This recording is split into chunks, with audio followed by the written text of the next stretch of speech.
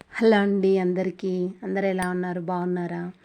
ఈరోజు మనం పప్పుచారు ములక్కాడలేసి చేసుకుందామండి. అందుకోసం ముందుగా ప్యాన్ పెట్టుకొని ఆయిల్ వేసుకొని పోపు దినుసులు వేసుకొని కొంచెం ఇంగువ వేసుకొని ఉల్లిపాయలు, పచ్చిమిరపకాయలు, కరివేపాకు వేసుకొని కొంచెం కలుపుకోవాలి.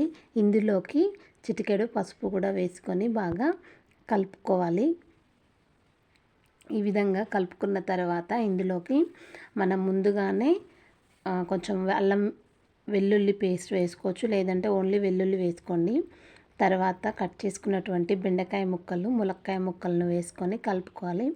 పక్కన అయితే నేను పప్పును ఉడికిస్తున్నానండి. ఈ విధంగా కొంచెం అవి వేగిన తర్వాత టమాటో ముక్కల్ని కూడా యాడ్ చేసుకొని కలుపుకోవాలి. ఇందులో కొంచెం ముక్కలన్నీ వేగడం కోసం ఉప్పు వేసుకొని బాగా కలుపుకోవాలి. ఈ విధంగా వేగిన తర్వాత ఇందులోకి కారంని యాడ్ చేసుకోవాలి. సరిపడా కారం వేసుకున్న తర్వాత కలుపుకొని చింతపండు రసాన్ని వేసుకోవాలి. ముందుగానే పప్పు ఉడికించేటప్పుడు చింతపండును కూడా నానబెట్టుకోవాలండి. తర్వాత పప్పునైతే నేను మిక్సీ పట్టుకున్నటువంటి పేస్ట్ను ఇందులో వేసేసుకోవాలి. వేసుకుంటే కందిపప్పు కదండి, కొంచెం పలుకులుగా ఉండకుండా మిక్సీ పట్టేస్తే కొంచెం మెత్తగా అవుతుంది. పిల్లలకు కూడా బాగుంటుందని నేను ఈ విధంగా మిక్సీలో పెట్టాను. తర్వాత సాల్ట్ వేసుకొని బాగా మరిగించుకోవాలి. చాలా చాలా టేస్టీగా ఉంటుందండి ఈ పప్పుచారు. పిల్లలైతే ఎంతో ఇష్టంగా తింటారు. మీకు